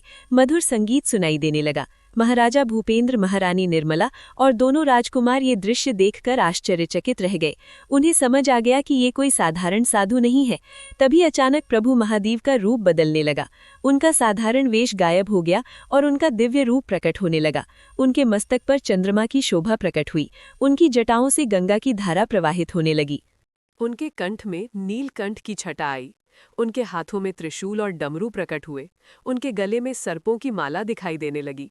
उनका पूरा शरीर भस्म से सुशोभित हो गया। महाराजा भूपेंद्र, महारानी निर्मला और दोनों राजकुमार ये देखकर भौचक्के रह गए। उन्हें समझ आ गया कि ये साधु कोई और नहीं बल्कि स्वयं भगवान शंकर है। चारों ने तुरंत भगवान शंकर के चरणों में प्रणाम किया। महाराजा भूपेंद्र रोते हुए बोले, हे महादेव, हे भोलेनाथ, आप स्वयं यहाँ पधारे और मैंने आपके साथ इतना बुरा व्यवहार किया। मैंने आपको कोड़े लगवाए, मैंने आपको कारागार में बंद किया। मैं महापापी हूँ, कृपया मुझे क्षमा कर दीजिए। प्रभु महादेव ने कहा, महाराज उठो, तुमने अपनी गलती मान ली है और सच्चे मन से पश्चाताप किया है। ये बहुत बड़ी बात है। मैं तुम्हें क्षमा करता हूँ। महारानी निर्मला ने रोते हुए कहा, हे प्रभु, आप साक्षात भोलेनाथ हैं। हम प्रतिदिन आपकी पूजा करते हैं। हम प्रतिदिन आपसे प्रार्थना करते थे कि आप महाराजा को सद्बुद्धि दें, और आज आपने हमारी प्रार्थना सुन ली। राजकुमार देवेंद्र और राजकुमार रणवीर भी रो रहे थे। राजकुमार देवेंद्र ने कहा, हे भोलेनाथ, आज हमारी मनोकामना पूर्ण हो गई। आज हमारे पिता का हृदय बदल गया है। ये सब आपकी कृपा से ही संभव हुआ है। प्रभु महादेव ने कहा, तुम तीनों की भक्ति सच्ची थी। तुमने कभी आशा नहीं छोड़ी। तुमने लगातार मेरी पूजा की और मुझसे प्रार्थना की। तुम्हारी इस सच्ची भक्ति ने ही मुझे यहाँ बुलाया। महाराजा भूपेंद्र ने कहा, हे प्रभु, कृपया मुझे आशीर्वाद दीजिए कि मैं अब कभी भी अहंकार का वशीभूत ना हूँ। मैं अब धर्म के मार्ग पर चलूंगा। मैं अपनी प्रजा का ध्यान रखूंगा। मैं साधु संतों का सम्मान करूंगा। प्रभु महादेव ने अपना हाथ महाराजा के सिर पर रखा। उन्होंने कहा, महाराज, तुम्हें मेरा आशीर्वाद है। तुम एक आदर्श राजा बनोगे। तुम्हारा राज्य समृद्ध होगा। तुम्हारी प्रजा सुखी रहेगी और तुम्हारा ये परिवर्तन सदियों तक याद रखा जाएगा। फिर प्रभु महादेव ने महाराजा के शून्य हाथ को छुआ। तुरंत महाराजा का हाथ सामान्य हो गया।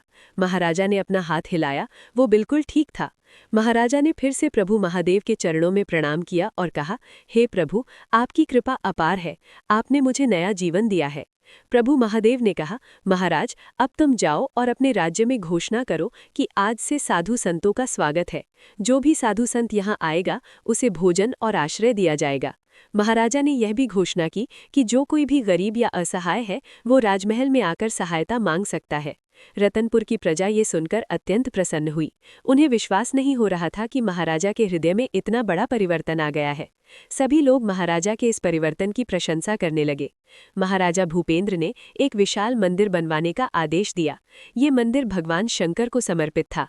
मंदिर के निर्माण में सर्वोत्तम पत्थर और सामग्री का उपयोग किया गया। मंदिर अत्यंत भव्य और सुंदर बना। जब मंदिर का निर्माण पूर्ण हुआ तो महाराजा ने एक विशाल समारोह का आयोजन किया। समारोह में दूर दूर से लोग आए, अनेक साधु संत भी आए। महाराजा ने सभी का स्वागत किया और उन्हें भोजन कराया। समारोह के दिन महाराजा भूपेंद्र ने सभी के सामने अपनी कहानी सुनाई। उन्होंने बताया कि कैसे उनका अहंकार उन्हें अंधा बना रहा था, कैसे भगवान शंकर स्वयं साधु बनकर आए और उन्हें सही मार्ग दिखाया, कैसे उनकी पत्नी और पुत्रों की सच्ची भक्ति ने भगवान को प्रसन्न किया। सभी लोग ये कहानी सुनकर अत्यंत प्रभावित हुए। उन्हें भगवान शंकर की महिमा का एहसास हुआ। उन्हें ये समझ आया कि सच्ची भक्ति की कितनी शक्ति होती है। महाराजा भूपेंद्र ने उस दिन से अपना जीवन पूर्णतः बदल दिया। वे प्रतिदिन प्रातःकाल उठते और भगवान शंकर की पूजा करते। वे अपनी प्रजा के सुख दुख का ध्यान रखते। वे न्याय और धर्म के मार्ग पर चलते। वे साधु संतों का सम्मान करते और उनकी सेवा करते। महारानी निर्मला और दोनों राजकुमार भी पहले की तरह भगवान शंकर की पूजा करते रहे, किंतु अब उन्हें छुपकर पूजा करने की आवश्यकता नहीं थी। अब पूरा परिवार मिलकर पूजा करता था। रतनपुर का राज्य दिन प्रतिदिन समृद्ध होता गया। प्रजा सुखी और संतुष्ट थी। राज्य में शांति और समृद्धि थी। चारों ओर खुशहाली थी। एक दिन महाराजा भूपेंद्र दरबार में बैठे थे। उनके पास एक गरीब किसान आया। किसान ने कहा, महाराज, मेरी फसल सूखे के कारण नष्ट हो गई है। मेरे पास खाने के लिए कुछ नहीं है। मेरे बच्चे भूखे हैं। कृपया मेरी सहायता कीजिए। महाराजा भूपेंद्र ने तुरंत अपने कोषाध्यक्ष को बुलाया और कहा, इस किसान को पर्याप्त धन दो जिससे वो अपने परिवार का पालन पोषण कर सके, और इसके साथ ही इसे बीज और कृषि के उपकरण भी दो जिससे ये अगली फसल बो सके। किसान की आंखों में आंसू आ गए। उसने महाराजा के चरणों में सिर झुकाया और कहा, महाराज, आप अत्यंत दयालु हैं। भगवान आपको सदैव सुखी रखें। महाराजा ने कहा, नहीं भाई, ये मेरा धर्म है। एक राजा का धर्म है कि वो अपनी प्रजा का ध्यान रखे। मैं केवल अपना कर्तव्य निभा रहा हूँ। इसी प्रकार महाराजा भूपेंद्र प्रतिदिन अनेक लोगों की सहायता करते।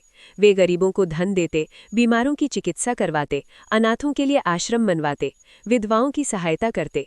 एक बार की बात है कि रतनपुर में भयंकर बाढ़ आ गई। नदी में इतना पानी आया कि वो अपने किनारों को तोड़कर बहने लगी। अनेक गांव जलमग्न हो गए। लोगों के घर बह गए, फसलें नष्ट हो गईं। महाराजा को जैसे ही ये समाचार मिला, वे तुरंत बाढ़ प्रभावित क्षेत्रों में पहुंचे। उन्होंने स्वयं लोगों को बचाने में सहायता की। उन्होंने राजकोष से धन निकालकर पीड़ितों को दिया। उन्होंने उनके लिए अस्थायी आश्रय बनवाए। उन्होंने भोजन और वस्त्र की व्यवस्था की। महाराजा ने दिन रात मेहनत करके बाढ़ पीड़ितों की सहायता की। वे स्वयं भी भूखे रहे, किंतु पहले अपनी प्रजा को भोजन कराया। उन्होंने एक भी व्यक्ति को असहाय नहीं छोड़ा। प्रजा ने महाराजा की इस सेवा को देखा और उनके हृदय में महाराजा के प्रति असीम श्रद्धा और प्रेम उत्पन्न हो गया। सभी लोग कहने लगे कि महाराजा भूपेंद्र वास्तव में बदल गए हैं। वे अब एक सच्चे राजा हैं जो अपनी प्रजा से अधिक प्रेम करते हैं। बाढ़ के कुछ दिनों बाद जब स्थिति सामान्य हो गई तो महाराजा ने नदी के किनारों को मजबूत बनवाया। उन्होंने बांध बनवाए जिससे भविष्य में बाढ़ न आए। उन्होंने नहरों का निर्माण करवाया जिससे अतिरिक्त जल को खेतों में ले जाया जा सके। इस प्रकार महाराजा भूपेंद्र ने एक संकट को अवसर में बदल दिया। अब रतनपुर में जल की कोई कमी नहीं रही। खेतों में पर्याप्त सिंचाई होने लगी। फसलें और भी अच्छी होने लगी। प्रजा और भी समृद्ध हो गई। एक दिन रतनपुर में एक महान संत पधारे। उनका नाम स्वामी आनंदानंद था। वे दूर हिमालय से आए थे। उन्होंने अनेक वर्षों तक तपस्या की थी और अनेक सिद्धियां प्राप्त की थीं। वे अत्यंत ज्ञानी और विद्वान थे। जब महाराजा को ये समाचार मिला तो वे स्वयं नगर द्वार पर गए और स्वामी आनंदानंद का स्वागत किया। महाराजा ने स्वामी जी के चरणों में प्रणाम किया और कहा, स्वामी जी, आपका हमारे राज्य में स्वागत है। कृपया हमारे महल में पधारिए और हमें अपने दर्शन का सौभाग्य प्रदान कीजिए। स्वामी आनंदानंद ने मुस्कुराते हुए कहा, महाराज, मैंने आपके परिवर्तन के बारे में सुना है। मैं ये देखना आया हूँ कि क्या ये सत्य है। मैं प्रसन्न हूँ कि आपने मेरा इतने सम्मान से स्वागत किया। महाराजा स्वामी जी को महल में ले गए। महल में एक विशेष कक्ष स्वामी जी के लिए तैयार किया गया था। कक्ष अत्यंत सुंदर और शांत था। वहाँ पूजा की व्यवस्था थी और ध्यान करने के लिए एक शांत स्थान था। स्वामी आनंदानंद रतनपुर में कुछ दिनों तक रहे। इन दिनों में उन्होंने महाराजा और प्रजा को अनेक उपदेश दिए। उन्होंने धर्म के बारे में बताया, उन्होंने कर्म के बारे में समझाया, उन्होंने भक्ति और ज्ञान के बारे में बताया। एक दिन स्वामी आनंदानंद ने महाराजा से कहा, महाराज, मैं आपसे एक कहानी सुनाना चाहता हूँ। ये कहानी अत्यंत प्राचीन है और इसमें बहुत गहरी शिक्षा है। महाराजा ने कहा, कृपया स्वामी जी, मुझे ये कहानी सुनाइए। मैं आपके उपदेशों को सुनने के लिए उत्सुक हूँ। स्वामी आनंदानंद ने कहानी आरंभ की। उन्होंने कहा, बहुत समय पहले एक राजा था जिसका नाम राजा विक्रमादित्य था। वो अत्यंत न्यायप्रिय और धर्मपरायण था। उसकी प्रजा उससे अत्यंत प्रेम करती थी। एक दिन उसके राज्य में एक संत आए। वे अत्यंत ज्ञानी थे। राजा विक्रमादित्य वे संत का बहुत सम्मान किया और उनसे ज्ञान प्राप्त किया। संत ने राजा से कहा, राजन, एक राजा के लिए सबसे महत्वपूर्ण क्या है? राजा ने कहा, स्वामी जी, मुझे नहीं पता, कृपया आप ही बताइए। संत ने कहा, राजन, एक राजा के लिए सबसे महत्वपूर्ण है उसकी प्रजा का विश्वास। यदि प्रजा राजा पर विश्वास करती है तो राज्य समृद्ध होता है। यदि प्रजा का विश्वास टूट जाता है तो राज्य का पतन हो जाता है। इसलिए एक राजा को सदैव सत्य बोलना चाहिए, सदैव न्याय करना चाहिए, सदैव धर्म का पालन करना चाहिए, तभी प्रजा का विश्वास बना रहता है। राजा विक्रमादित्य ने इस उपदेश को हृदय में धारण कर लिया। उसने जीवन भर इस उपदेश का पालन किया और इसी कारण उसका राज्य इतिहास में अमर हो गया। स्वामी आनंदानंद ने कहानी समाप्त की और महाराजा भूपेंद्र से कहा, महाराज, आप भी इस उपदेश को याद रखिए। आपने अपने अहंकार को त्यागा है और धर्म का मार्ग अपनाया है। यह अत्यंत सराहनीय है, किंतु यह केवल आरंभ है। आपको जीवन भर इस मार्ग पर चलना होगा। आपको सदैव अपनी प्रजा का विश्वास बनाए रखना होगा। महाराजा भूपेंद्र ने हाथ जोड़कर कहा, स्वामी जी, आपके उपदेश अत्यंत मूल्यवान हैं। मैं आपके वचनों को सदैव याद रखूंगा और उनका पालन करूंगा। कुछ दिनों बाद स्वामी आनंदानंद रत्नपुर से प्रस्थान कर गए। महाराजा ने उन्हें विदा करते समय अनेक उपहार देने चाहे, किंतु स्वामी जी ने कुछ भी स्वीकार नहीं किया। उन्होंने कहा, महाराज, मुझे किसी भौतिक वस्तु की आवश्यकता नहीं है। मेरे लिए सबसे बड़ा उपहार यह है कि आपने धर्म का मार्ग अपनाया है। यही मेरे लिए सबसे बड़ी खुशी है। महाराजा की आंखों में आंसू आ गए।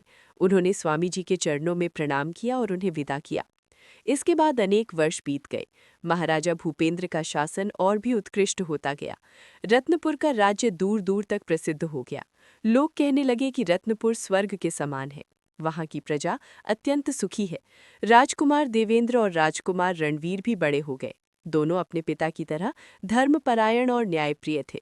दोनों ने अपने पिता से राजकाज के गुण सीखे। दोनों ने यह संकल्प लिया कि जब वे राजा बनेंगे तो वे भी अपने पिता की तरह ही प्रजा की सेवा करेंगे। एक दिन महाराजा भूपेंद्र ने दोनों राजकुमारों को बुलाया। उन्होंने कहा, पुत्रों, आज मैं तुम्हें अपने जीवन की सबसे महत्वपूर्ण सीख देना चाहता हूँ। यह वह सीख है जो मैंने भगवान शंकर से प्राप्त की है। दोनों राजकुमार ध्यान से सुनने लगे। महाराजा ने कहा, पुत्रों, अहंकार मनुष्य का सबसे बड़ा शत्रु है। मैं अहंकार के कारण पथभ्रष्ट हो गया था। मैंने अपनी प्रजा को कष्ट दिया। मैंने साधु संतों का अपमान किया, किंतु भगवान शंकर ने मुझे सही मार्ग दिखाया।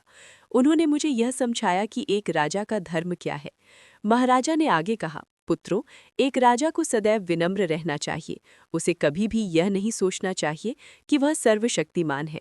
उसे यह याद रखना चाहिए कि वह केवल प्रजा का सेवक है।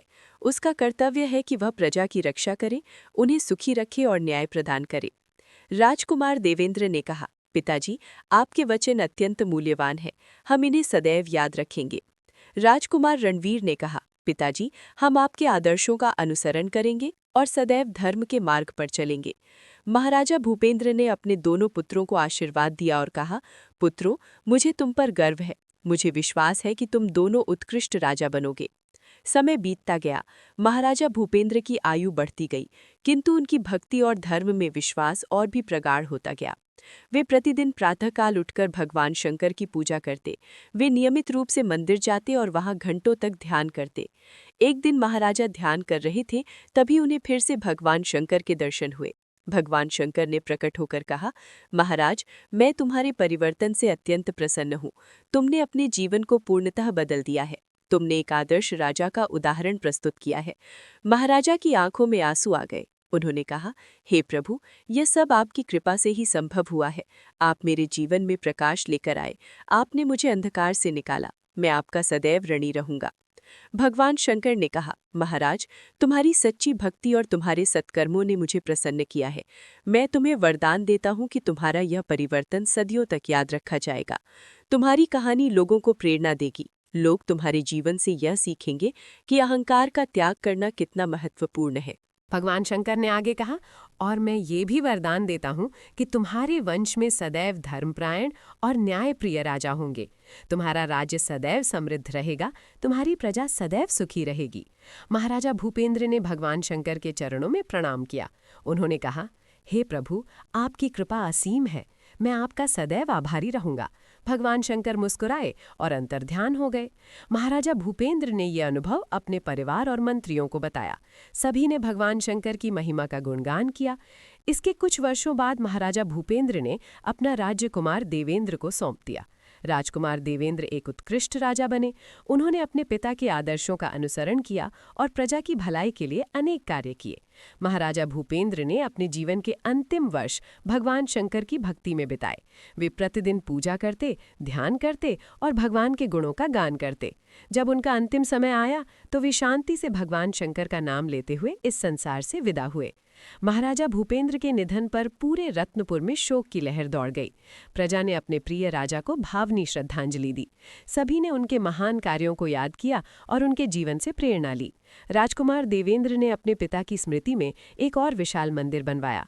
इस मंदिर में भगवान शंकर की एक विशाल मूर्ति स्थापित की गई। मंदिर के परिसर में महाराजा भूपेंद्र की एक मूर्ति भी लगाई गई जो उन्हें भगवान शंकर की पूजा करते हुए दर्शाती थी। ये मंदिर आज भी रत्नपुर में स्थित है।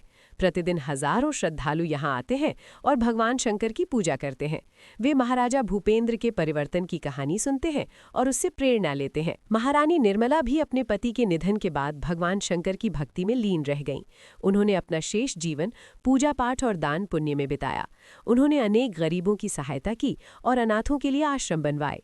राजकुमार रणवीर ने भी अपने जीवन को धर्म और सेवा में समर्पित कर दिया। उन्होंने अनेक मंदिरों का निर्माण करवाया और साधु संतों की सेवा की। इस प्रकार महाराजा भूपेंद्र का परिवार भगवान शंकर की भक्ति का एक उदाहरण बन गया। उनकी कहानी पीढ़ी दर पीढ़ी सुनाई जाती रही। समय बीतता गया और अनेक वर्ष बीत गए। रत्नपुर का राज्य पीढ़ी दर पीढ़ी चलता रहा। हर पीढ़ी के राजा ने महाराजा भूपेंद्र के आदर्शों का अनुसरण किया। हर राजा ने प्रजा की सेवा की और धर्म का पालन किया। रत्नपुर की प्रजा भी भगवान शंकर की भक्ति में लीन रहती थी। प्रतिदिन मंदिरों में पूजा होती थी। प्रत्येक सोमवार को विशेष पूजा होती थी। लोग व्रत रखते थे और भगवान शंकर से प्रार्थना करते थे। एक बार फिर से भगवान शंकर ने रत्नपुर में अवतरण लिया। ये अनेक वर्षों बाद हुआ था। इस बार वे एक बालक के रूप में आए। वे नगर में घूम रहे थे और लोगों को देख रहे थे। भगवान शंकर ने देखा कि रत्नपुर में सब कुछ अत्यंत सुंदर और व्यवस्थित है। लोग सुखी और संतुष्ट हैं। कोई भी गरीब या असहाय नहीं है। सभी के पास भोजन और आश्रय है। सभी के चेहरों पर मुस्कान है। भगवान शंकर ने एक वृद्ध व्यक्ति से पूछा, बाबा, ये नगर इतना सुंदर और समृद्ध कैसे है? यहाँ के लोग इतने सुखी कैसे हैं? वृद्ध व्यक्ति ने मुस्कुराते हुए कहा, बालक, ये सब हमारे महान राजा महाराजा भूपेंद्र की कृपा है। उन्होंने इस राज्य को स्वर्ग बना दिया था। उनके बाद उनके वंश के हर राजा ने उनके आदर्शों का अनुसरण किया है। वृद्ध व्यक्ति ने आगे कहा, और ये सब भगवान शंकर की कृपा से ही संभव हुआ है। भगवान शंकर ने महाराजा भूपेंद्र को सही मार्ग दिखाया था। उन्होंने उनके हृदय को बदल दिया था। हम सभी भगवान शंकर के आभारी हैं। भगवान शंकर ने पूछा, क्या तुम भगवान शंकर की पूजा करते हो? वृद्ध व्यक्ति ने कहा, हाँ बालक, हम सभी प्रतिदिन भगवान शंकर की पूजा करते हैं। विशेष रूप से सोमवार के दिन हम व्रत रखते हैं और विशेष पूजा करते हैं। भगवान शंकर ही हमारे रक्षक हैं, वे ही हमारे पालनहार हैं। भगवान शंकर अत्यंत प्रसन्न हुए। उन्होंने देखा कि महाराजा भूपेंद्र का परिवर्तन व्यर्थ नहीं गया था। उसने पूरे राज्य को बदल दिया था। उसने एक ऐसी परंपरा स्थापित की थी जो पीढ़ियों तक चलती रही। भगवान शंकर ने अपने मन में सोचा, यही तो मेरा उद्देश्य था। मैं चाहता था कि महाराजा भूपेंद्र का परिवर्तन केवल उनके जीवन तक सीमित न रहे, बल्कि वो पूरे राज्य को प्रभावित करे। और ये हुआ है। रत्नपुर आज एक आदर्श राज्य है। भगवान शंकर ने वृद्ध व्यक्ति को आशीर्वाद दिया और वहां से चले गए। उन्होंने रत्नपुर के मंदिर में जाकर दर्शन किए। वहां अनेक श्रद्धालु पूजा कर रहे थे। सभी के चेहरों पर भक्ति का भाव था। भगवान शंकर ने मंदिर में स्थापित अपनी मूर्ति को देखा। मूर्ति अत्यंत सुंदर थी। उस पर फूलों की माला चढ़ाई गई थी, दीपक जल रहे थे, धूप अगरबत्ती की सुगंध फैली हुई थी। भगवान शंकर ने महाराजा भूपेंद्र की मूर्ति को भी देखा। मूर्ति में महाराजा को भगवान शंकर की पूजा करते हुए दर्शाया गया था। उनके चेहरे पर भक्ति का भाव था। भगवान शंकर को अत्यंत प्रसन्नता हुई। उन्होंने सोचा, ये मूर्ति आने वाली पीढ़ियों को याद दिलाती रहेगी कि अहंकार का त्याग कितना महत्वपूर्ण है। ये मूर्ति लोगों को ये सिखाती रहेगी कि भक्ति और विनम्रता से ही सच्ची महानता प्राप्त होती है। भगवान शंकर ने मंदिर में सभी भक्तों को आशीर्वाद दिया। फिर वे अंतर्ध्यान हो गए। उसी रात्रि मंदिर के पुजारी को स्वप्न आया। स्वप्न में भगवान शंकर ने प्रकट होकर कहा, मैं आज रत्नपुर में आया था। मैंने देखा कि यहाँ की प्रजा अत्यंत धर्मप्रायण और भक्तिमय है। मैं अत्यंत प्रसन्न हूँ। तुम सभी को मेरा आशीर्वाद है। प्रातःकाल पुजारी ने ये स्वप्न सभी को बताया। सभी लोग अत्यंत प्रसन्न हुए। उन्होंने मंदिर में विशेष पूजा की और भगवान शंकर का धन्यवाद किया। इस घटना के बाद रत्नपुर में भगवान शंकर की भक्ति और भी प्रगाढ़ हो गई। लोग और भी श्रद्धा से पूजा करने लगे। मंदिर में और भी अधिक श्रद्धालु आने लगे। रत्नपुर का ये इतिहास आज भी लोगों को प्रेरणा देता है। ये कहानी हमें ये सिखाती है कि अहंकार मनुष्य का सबसे बड़ा शत्रु है। अहंकार के कारण मनुष्य पदभ्रष्ट हो जाता है। वह अपने धर्म को भूल जाता है। वह अपने कर्तव्यों को भूल जाता है। किंतु यदि मनुष्य अपने अहंकार को त्याग दे और विनम्रता को अपनाए तो उसका जीवन बदल जाता है। वह धर्म के मार्ग पर चलने लगता है। वह दूसरों की सेवा करने लगता है और तब भगवान की कृपा उस पर होती है। महाराजा भूपेंद्र की कहानी ये भी सिखाती है कि सच्ची भक्ति की कितनी शक्ति होती है। महारानी निर्मला और दोनों राजकुमारों ने विषम परिस्थितियों में भी भगवान शंकर की पूजा नहीं छोड़ी। उन्होंने लगातार प्रार्थना की और उनकी सच्ची भक्ति ने भगवान को प्रसन्न किया। भगवान ने स्वयं प्रकट होकर उनकी मनोकामना पूर्ण की। ये कहानी हमें ये भी सिखाती है कि भगवान शंकर अत्यंत दयालु और करुणामय हैं। वे भोलेनाथ हैं। वे अपने भक्तों की हर पुकार सुनते हैं। चाहे भक्त कितनी भी विषम परिस्थिति में क्यों न हो, भगवान शंकर उसकी सहायता के लिए अवश्य आते हैं। भगवान शंकर को प्रसन्न करना अत्यंत सरल है। उन्हें केवल सच्ची भक्ति और पवित्र हृदय चाहिए। वे धन संपत्ति नहीं देखते। वे जाति धर्म नहीं देखते। वे केवल भक्ति देखते हैं। जो भी उन्हें सच्चे मन से पुकारता है, वे उसकी सारी मनोकामनाएं पूर्ण कर देते हैं। सोमवार का दिन भगवान शंकर को अत्यंत प्रिय है। जो भी व्यक्ति सोमवार के दिन व्रत रखता है और भगवान शंकर की पूजा करता है, उसके सारे कष्ट दूर हो जाते हैं। उसकी सारी मनोकामनाएं पूर्ण हो जाती हैं। भगवान शंकर उसे अपना आशीर्वाद प्रदान करते हैं। भगवान शंकर को बेलपत्र अत्यंत प्रिय है। बेलपत्र में 3 पत्तियां होती हैं जो त्रिदेव, ब्रह्मा, विष्णु और महेश का प्रतीक हैं। जो भी भक्त श्रद्धा से भगवान शंकर को बेलपत्र चढ़ाता है, भगवान उससे अत्यंत प्रसन्न होते हैं। भगवान शंकर को दूध से अभिषेक करना भी अत्यंत शुभ माना जाता है। दूध पवित्रता का प्रतीक है।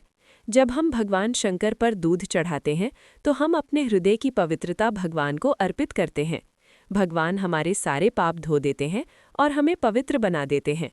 गंगा जल भी भगवान शंकर को अत्यंत प्रिय है। गंगा जी भगवान शंकर की जटाओं में निवास करती हैं। गंगा जल अत्यंत पवित्र है। जब हम भगवान शंकर पर गंगा जल चढ़ाते हैं तो हमारे सारे पाप नष्ट हो जाते हैं। भगवान शंकर को धतूरा, भांग और आकमबदा के फूल भी प्रिय हैं। ये सभी भगवान को चढ़ाने से विशेष फल मिलता है। किंतु सबसे महत्वपूर्ण है भक्त का सच्चा हृदय।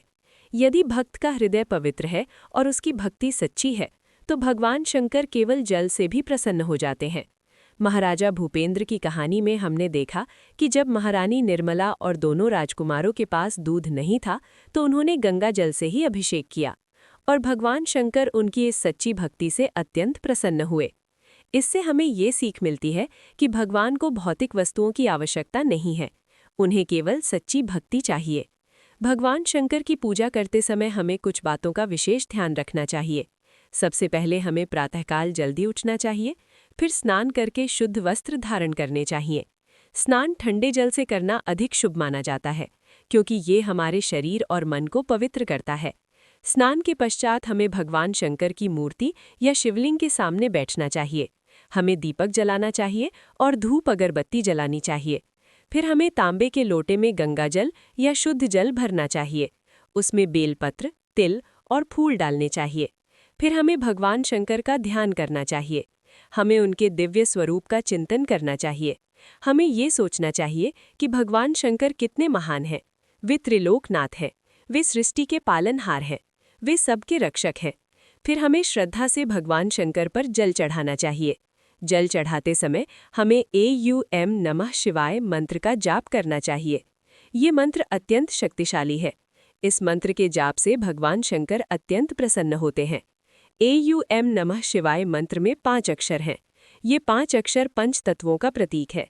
न अक्षर पृथ्वी का प्रतीक है, म अक्षर जल का प्रतीक है, श अक्षर अग्नि का प्रतीक है, व अक्षर वायु का प्रतीक है। यह अक्षर आकाश का प्रतीक है। जब हम इस मंत्र का जाप करते हैं तो हम पंच तत्वों को भगवान शंकर को अर्पित करते हैं। जल चढ़ाने के पश्चात हमें भगवान शंकर को बेलपत्र चढ़ाने चाहिए। बेलपत्र चढ़ाते समय भी हमें ओम नमः शिवाय मंत्र का जाप करना चाहिए। हमें प्रत्येक बेलपत्र श्रद्धा से चढ़ाना चाहिए। फिर हमें भगवान शंकर को फूल चढ़ाने चाहिए। भगवान शंकर को सफ़ेद फूल विशेष रूप से प्रिय है। धतूरा का फूल, आकमदा का फूल और कमल का फूल भी भगवान को अत्यंत प्रिय है। फूल चढ़ाने के पश्चात हमें भगवान शंकर की आरती करनी चाहिए। आरती करते समय हमें घंटी बजानी चाहिए। घंटी की आवाज़ से नकारात्मक ऊर्जा दूर होती है और सकारात्मक ऊर्जा का संचार होता है। आरती के पश्चात हमें भगवान शंकर से प्रार्थना करनी चाहिए। हमें अपनी मनोकामना भगवान के सामने रखनी चाहिए, किंतु हमें ये याद रखना चाहिए कि हमारी मनोकामना धर्म के अनुकूल होनी चाहिए। हमें कभी भी अधर्म या बुराई की कामना नहीं करनी चाहिए। हमें भगवान से ये भी प्रार्थना करनी चाहिए कि वे हमें सद्बुद्धि दें, हमें धर्म के मार्ग पर चलने की शक्ति दें, हमें अहंकार से बचाएं, हमें विनम्र बनाएं, हमें दूसरों की सेवा करने की प्रेरणा दें। प्रार्थना के पश्चात हमें प्रसाद ग्रहण करना चाहिए। प्रसाद भगवान का आशीर्वाद है। जब हम प्रसाद ग्रहण करते हैं तो भगवान का आशीर्वाद हमारे शरीर में प्रवेश करता है। भगवान शंकर की पूजा में नियमितता अत्यंत महत्वपूर्ण है। यदि हम प्रतिदिन नियमित रूप से भगवान की पूजा करते हैं तो हमारे जीवन में सकारात्मक परिवर्तन आता है, हमारे मन में शांति आती है, हमारे विचार पवित्र होते हैं, हमारे कर्म धर्म के अनुकूल होते हैं। विशेष रूप से सोमवार के दिन हमें व्रत रखना चाहिए और भगवान शंकर की विशेष पूजा करनी चाहिए। सोमवार के व्रत में हमें पूरे दिन फलाहार करना चाहिए या निराहार रहना चाहिए।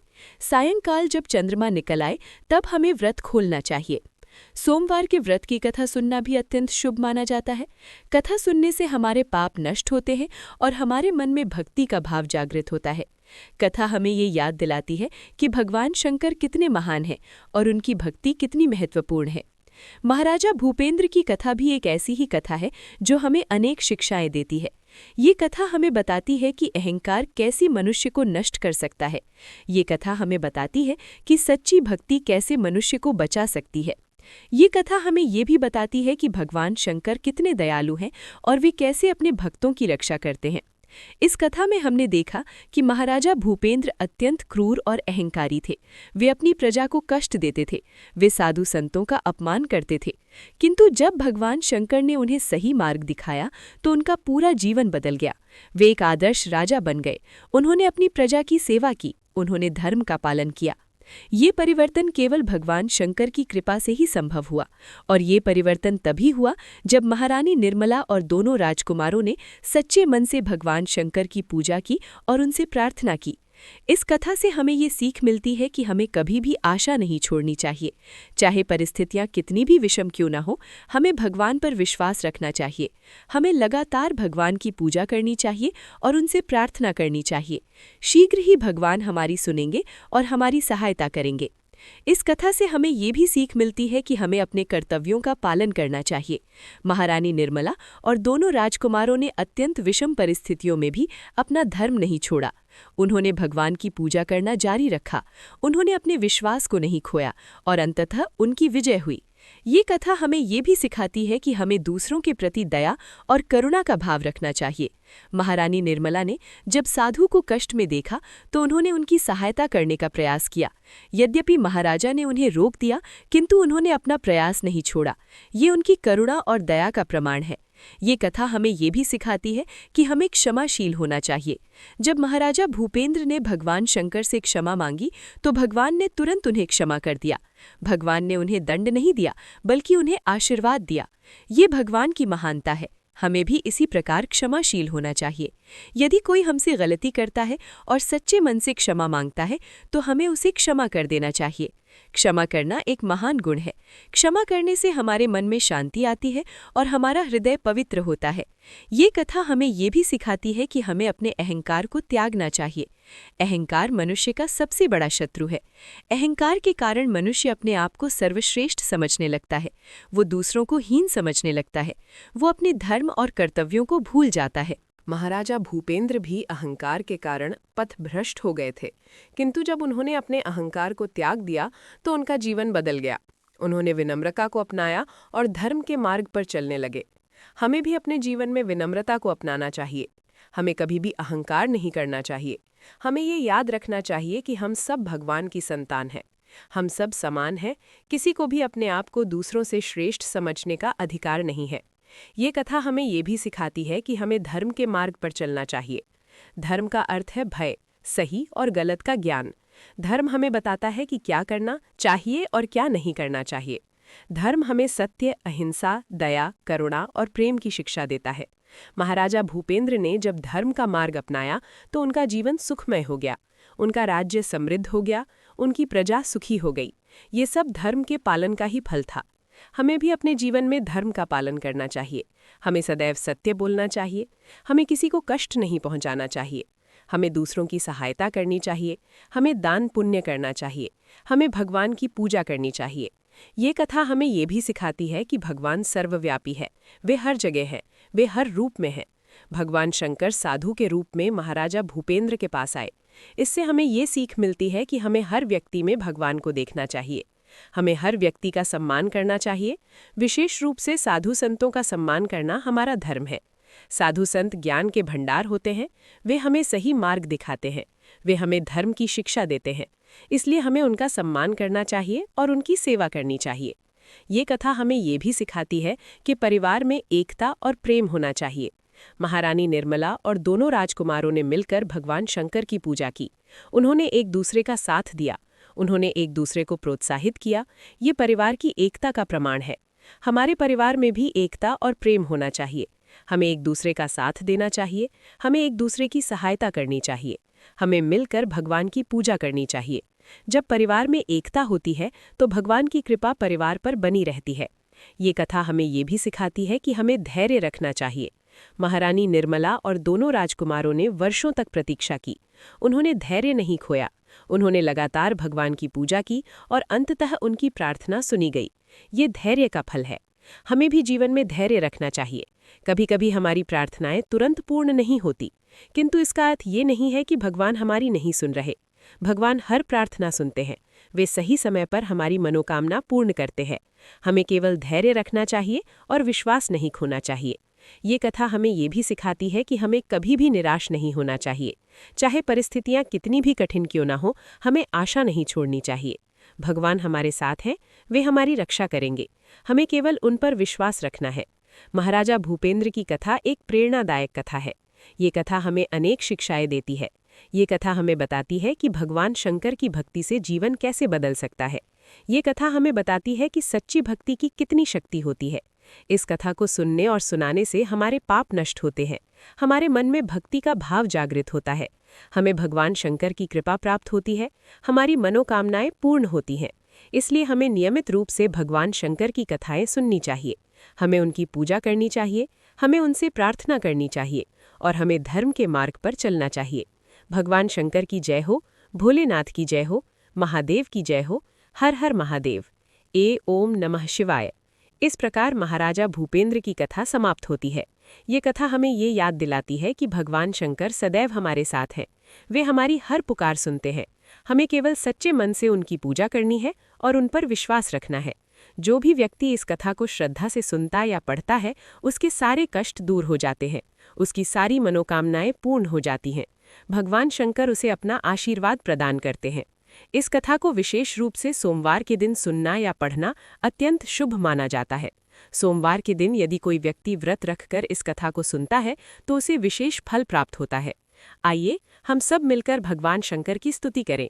आइए हम उनसे प्रार्थना करें कि वे हमें सद्बुद्धि दें, हमें धर्म के मार्ग पर चलने की शक्ति दें, हमारे मन से अहंकार को दूर करें, हमें विनम्र बनाएं, हमें दूसरों की सेवा करने की प्रेरणा दें। हे भोलेनाथ, हे महादेव, हे त्रिलोकनाथ, आप सर्वशक्तिमान हैं, आप सर्वज्ञ हैं, आप दयालु हैं, आप करुणामय हैं। हम आपकी शरण में हैं, कृपया हमारी रक्षा कीजिए, हमारे सारे कष्ट दूर कीजिए, हमारी मनोकामनाएं पूर्ण कीजिए, हमें अपना आशीर्वाद प्रदान कीजिए। ओम नमः शिवाय। UMTA नमः शिवाय। UMTA नमः शिवाय। हर हर महादेव। जय भोलेनाथ, जय शंकर, जय महाकाल। इस महान कथा को यहीं विराम देते हैं, किंतु भगवान शंकर की महिमा अनंत है और उनकी कृपा असीम है। वे सदैव अपने भक्तों की रक्षा करते हैं और उनकी मनोकामनाएं पूर्ण करते हैं। हम सबको भगवान शंकर की भक्ति में लीन रहना चाहिए और धर्म के मार्ग पर चलना चाहिए, तभी हमारा जीवन सफल और सुखमय होगा। ये कथा यहीं खत्म नहीं होती है। अब दूसरा कथा जो जीवन को बदल देता है, ये कथा यहीं पर समाप्त होती है। तो प्रिय दर्शन बंधु, ये कथा आपको कैसी लगी कमेंट में ज़रूर बताएं और हमारे चैनल को सब्सक्राइब करना ना भूलें। धन्यवाद।